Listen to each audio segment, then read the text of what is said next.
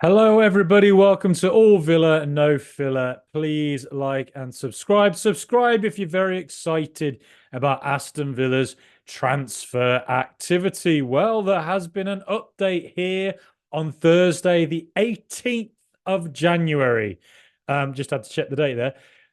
Aston Villa have made an offer for Middlesbrough's Morgan Rogers, a 21-year-old. He's an attacker. He plays kind of on the left, can also feature on the right, and maybe even up front. So basically, this report has come from Jacob Tanswell in The Athletic, great reporter, and also the equally brilliant Miguel Delaney in The Independent. Um, so I'll look at Miguel Delaney. Basically, what he said is that Emery has admired Rodgers for a while, having been further impressed with the versatile attacker when Villa played Middlesbrough in the FA Cup. Rodgers played against Villa for 90 minutes in that game. Um, he also goes on to add that Villa's business this window has been constrained due to profit and sustainability regulations. I'll touch on that again in a second.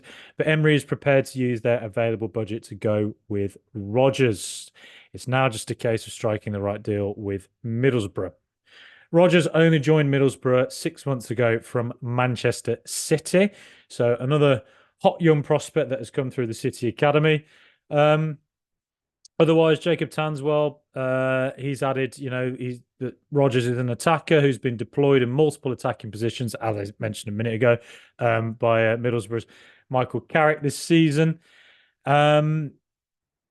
So there we go. Emery has prioritised Villa signing young players in this transfer window who the club can develop. So that also includes the Red Star Belgrade right back Kosta Nedeljković. That's what I'm just going to go with for the moment until I hear a proper clarification on the how to pronounce his surname. So this window then, at the start of it, there was a lot of talk about will Villa go for big names? Will Villa go for someone like a Paulo Dybala at Roma? Will Villa spend the cash to try and push for for Champions League football or the Premier League title? And the answer to that, I think, is no, because FFP regulations are so strict. And let's face it, Aston Villa in the last 3 years have spent a lot of money, not got loads and loads back, though we are in a better position, I would say, than somebody like a Newcastle, given the fact that we did sell Jack Grealish for 100 million. And on top of that, sold Carney Chukwuemeka for about more than 20 million. Jaden Philogene for 5 million, Cameron Archer 18 million, and Aaron Ramsey for about 14 to 15 million to Burnley as well. So Villa, one of the best things Christian Perso ever did at the club. There's a few things I don't massively love that he did, but there's quite a lot as well to admire. And I think one of the most admirable things he ever did for Aston Villa was focus immediately on improving the youth setup. Because there's a lot of other clubs out there, like Newcastle, for instance, that don't really have a great, strong youth setup. Haven't brought through many players through in recent years. Lewis Miley, you'd probably say, is the biggest one. Sean Longstaff, I suppose, you could argue for him as well. But by and large, it's not been that productive. But Aston Villa, we've been bringing through like a heavy load of players that have been doing really well. Lower down the leagues. Louis Barry was tearing it up with Stockport. Finn Azaz has done very well with Plymouth, and it will now hopefully do well with Middlesbrough. So look, that's all the academy. So Villa, when it comes to FFP, the logic is that we probably are not in as good a position to spend as much money as we want as some of the rivals like Tottenham, who've had lots of Champions League revenue, have massive revenues from their incredible stadium, which has a restaurant everywhere you go in that stadium. We just they can spend more money. Probably as simple as that, really. But look, I personally like Aston Villa taking this approach. I look back on the late Purslow, Steven Gerrard era and think about some of the players that we brought in. £17 million for Coutinho, big wages, 125 a week, perhaps. Luca Dean, what was he, 27 million? Big wages, over 100k a week. 5-year deal, 4-year deal, something like that. Diego Carlos, another player, bit older, 29, 30 when we signed him. Again, probably decent wages. Longer contract. Danny Ings, 125 a week. I think he was a highest paid player at one point. Close to £30 million signing. These are a lot of players who are older, don't have resale value. And when you sign players like that then you have to get what you're aiming for right now. Um, if the plan was to bring those players in and get us in the Champions League, well, then we had to get it immediately. Steven Gerrard was never going to get us there. And the fact of the matter is, it does constrain you with FFP, and you are lumbered with big contracts for older players. Look at Everton; they paid the price for that. So I'm not getting at those players. I'm not saying that I dislike them or I think they're bad players or bad servants for Aston Villa. That's absolutely not what I'm saying. In fact, I think they've all contributed positively in different ways. But I personally prefer it to see our club going for younger talents that can be nurtured, grown, and then maybe one day, if they're that brilliant, they'll get us into the Champions League or keep us in the Champions League if we make it this season. And also, let's face it, if somebody like a Real Madrid or a Man City look at them and go, do you know what? I really want to spend 100 million quid on these guys. Well, brilliant. All right, take that and then go and buy another whole load of top talents. And I guess the calculation is that, you know, if you spend 30 million on Danny Ings, well, then you're probably spending most of what you can put out there for probably little resale value. I mean, we sold him a year and a half later for 15 million, so lost 15 million on him. But the fact is, when you sign a Morgan Rogers, we don't know the fee yet. There's been nothing said about it, so I'm not going to speculate on what it is. I can't imagine it'll be that high. But Morgan Rogers and Kosta Nedeljković, I'm going to struggle to say that name until for a while. I believe the fee for him, I've seen 6.5 million, with add-ons maybe going up to 9-10 million. And that lad, he's had experience in the Champions League with Red Star Belgrade. I mean, you play for a club at the age of 17, 18 as a starting right back. According to different sources, he's a physical, really good engine, very intelligent, reads the game well. Brilliant stuff. That's what you want to hear. He's got Champions League experience. He's played against Manchester City. He's marked Jack Grealish. So, these are all positive attributes to have for him to come into the Premier League. It's going to be a big leap coming from Serbian football. Jumping into the Premier League is a, I'd say Serbian football is very physical and it's very high standard and it is, a challenge. But let's face it, the Premier League it's just another level, isn't it? And it's another, it's a different footballing culture he's coming into as well. So he's got to adapt to that as a young man, which is always something that's easy to forget about footballers. Most of them are very, very young people, and it's, various different things they have to deal with. So, with him and with Morgan Rogers, so the fact that Rogers is a player that Unai Emery admires, has seen a lot. I mean, if you look at his stats, this season he's played 25 games for Middlesbrough in the Championship itself, 2 goals and 5 assists. It's not exactly like screaming at you like this guy is going to be, Pele. But when, at these top clubs like, Aston Villa, the Premier League clubs, they can look at these players and they have the best data on the planet, right? They have the best scouting systems you could possibly dream of. And there is something in underlying statistics that clearly Unai Emery, the scouts, Monchi, all of them have seen that has suggested to them there is something here. And then I suppose that with the eye test of what Emery saw when Middlesbrough played against Aston Villa, I'd say Emery has probably seen something there to go, this is a player I can work with. This is a player I can work on. And to think that we've got 2 young, real top talents coming in with real potential, and hopefully their numbers are suggesting to our scouting department and to Unai Emery and to Monchi, there is something to work with here and it's worth going with it. Well, brilliant. Because, we could sign 3 players like this for 7 million quid.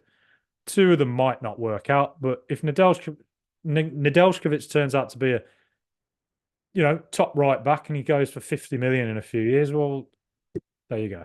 So, but no, I think I would feel confident and excited at the prospect of seeing two young talents like this coming in to work with Unai Emery, and that Unai Emery has seen something in them to suggest to him that these are players that not only can they come in and perhaps do something quite quickly, but also they are players that he can lift to a level that perhaps even they themselves have no concept that they can even reach just yet.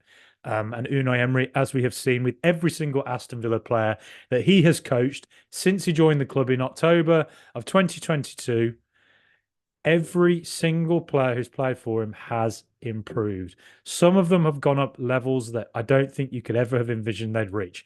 Did I think Leon Bailey would be as good and consistent as he is for Aston Villa right now? No. Did I think that John McGinn, I'm a player I've always rated, but did I think he'd ever be like to the level he's even got to? Probably not. Ollie Watkins hitting new heights. Every single player has improved massively. Um, so yeah, and it's worth remembering as well that we've got Monchi. We're starting to this does feel quite Monchi to me. If you look back on his past at Sevilla, he does have and Roma as well. He does have a track record of signing young talents and moving them on years later for big, big money. I want to say that Sergio Ramos, I don't think he was signed from Sevilla. I don't think he was signed from anybody. He came through at Sevilla at least. I mean, he's a lifelong Sevilla fan, and then moved on to Real Madrid, for a lot. And Jesus Navas, another player that came through there. Jose Antonio Reyes. Um, and then, players that he brought in. Look at Dani Alves, brought him in for about 500,000 euros from Brazil. When he was very, very young, came in and was an absolutely astonishing player. And again, at the time, probably would have been signed for that money. Sevilla fans probably thinking, who's this bloke turned up from Brazil? But whatever underlying stats it was that Monchi saw and the scouting department at Sevilla saw, there was clearly something there to suggest that this is a player they can work on and get something out of. And Dani Alves, quite frankly, turned into one of the greatest right backs of all time. So that is, that's Monchi's MO. And, Zaniolo, another player that Monchi saw something in when brought him into Roma. He didn't have the most successful time there, Monchi at Roma, but, Zaniolo, again, a player that has been hit hard by two knee ligament injuries. But again, a top young Italian talent, scored the winner in a Conference League final for Roma. So I think at that club, he'll always be loved and admired for that forever, really. But that, again, like I say, Ivan Rakitic, another player that Monchi saw playing in Germany, signed him for about 2 million euros, went on to Barcelona about 3 years later for much more money, and turned out again to be one of the greatest midfielders in world football. That's just what Monchi does. Not all of them are going to be hits. There's no way, most transfers ever in history have not worked. But I think personally, I prefer the idea of Aston Villa not blowing their load on a Dybala. I would look, of course, if Dybala turned up, why wouldn't you be excited by that? He's a brilliant player, but it would be a risk. He's a player who's had a lot of injuries in recent times. He's coming into a new league. It's a very physical league, as we found out with Coutinho.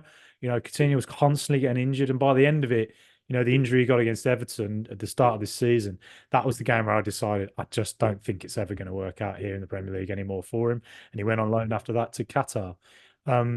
So yeah, I prefer the idea that Villa aren't risking it with FFP, with big money, big name signings, that are players that are sort of in the autumn of their career. I'm much more excited at the prospect of younger talents coming in who have a potentially high ceiling, who Unai Emery sees and thinks he can mold to work to what he wants. And the truth is, as well, attitude is a big thing. And when I think Emery likes to have a nurturing environment, an environment where people will just listen to him, take it on board. And if you're a young player, 19, like Nedeljković, or 21 like Morgan Rogers, you clearly want to learn in football, and you clearly want to listen to people like Unai Emery, who are going to get you to levels that, like I say, you might not in your own head ever imagine you can reach.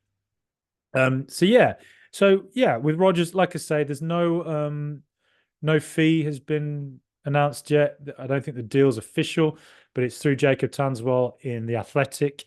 Go subscribe to that. Jacob Tanswell is a fantastic young journalist doing really good stuff about Aston Villa, and Miguel Delaney as well for the Independent reporting on it. So, and David Ornstein as well, has put a tweet out about it as well. So, um, yeah, I don't, I haven't seen him personally play too much, but like I say, don't just look at the stats. 2 goals and 5 assists in 25 games in the Championship. All right, it's not tearing up trees, but like I say, there will be something that our scouting department and Unai Emery, having watched a million tapes of the guy, have seen in the underlying numbers that suggest to them there is something here with this lad. Will he come in and do something this season if we sign him now? I don't know. If he sticks around and we don't loan him back to Middlesbrough, I'm pretty sure he'll feature, yeah. And it'd be interesting competition for Jacob Ramsey, on the left-hand side for Villa. And, I'd say that's probably where we're a bit light, is that position where Ramsey is. Ramsey been injured kind of all season this year. We've had to put John McGinn out there quite a lot. And I think McGinn, whilst he can play well out there, I don't think it's his best position. I think he slightly loses something when he's not. I think he's a bit better on the right.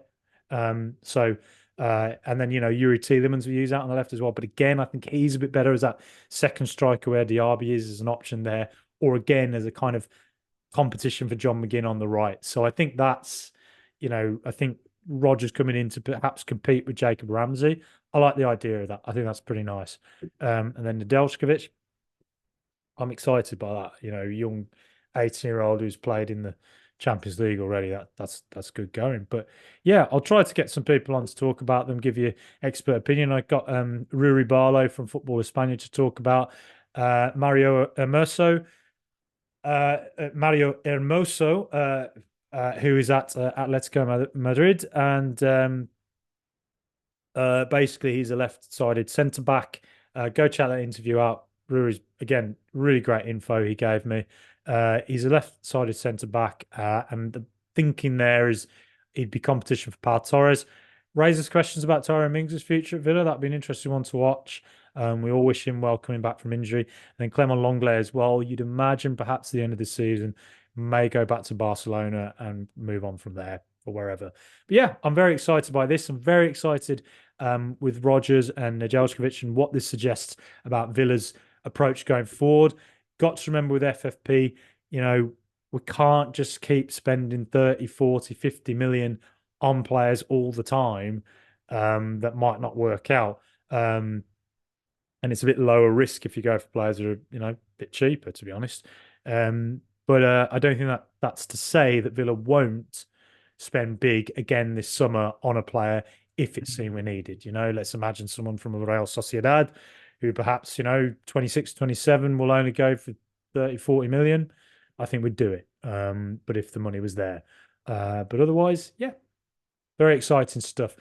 Interesting to see Monchi's approach taking hold now, and excited to see what Unai Emery does with these players. Thank you for listening, for me rabbiting on there.